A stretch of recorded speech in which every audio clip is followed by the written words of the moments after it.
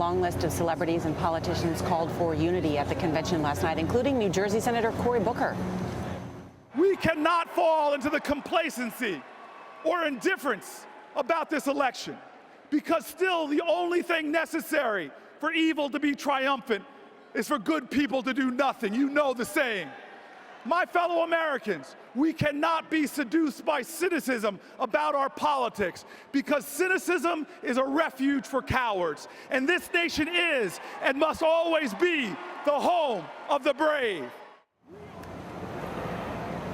And Mark Leibovich is here. He's a CBS News political contributor and chief national correspondent for the New York Times Magazine. Mark, good morning. Hi, Nora. We just talked with John Podesta about unity, but I think we should spend a moment talking about Michelle Obama's speech last night, because without saying Donald Trump by name, it might have been the most effective takedown of him, or maybe more broadly, the values that he's espousing in this campaign. I think it did, and again, without mentioning his name at all, it sort of brought this case, to a level of almost basic decency. It made a reference to their daughters having to have their father's presidency questioned, his religion questioned. That's powerful stuff. I mean, she was speaking as a mother, as a spouse, and also as a unifier, both of the party and of someone who's trying to appeal to a cross-section. So I thought that was clearly the high note of the evening, and we'll see where it goes. It's interesting how she started cruel with slavery. She did. She used the word cruel. She started with the word slavery and then ended up with Hillary Clinton being the first woman nominee as this president. is a great country. And what a great country. I love that. But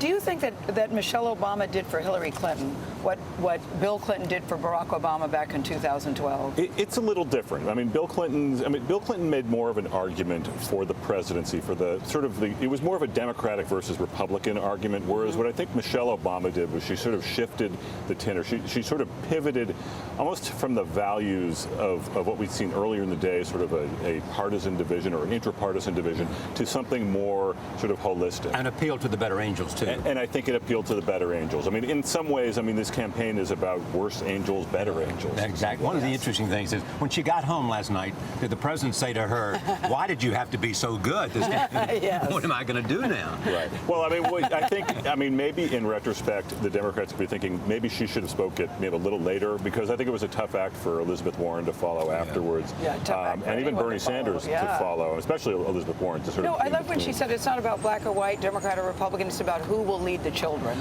and anybody can relate to that message. Yeah, and it's also that echoes the 2004 speech that Barack Obama gave in Boston. This is not a red America, blue America. Yes. It's just one America, and I think that's the same tenor. All right, Mark Leibovich, always good to see you at the table. Thanks, everyone.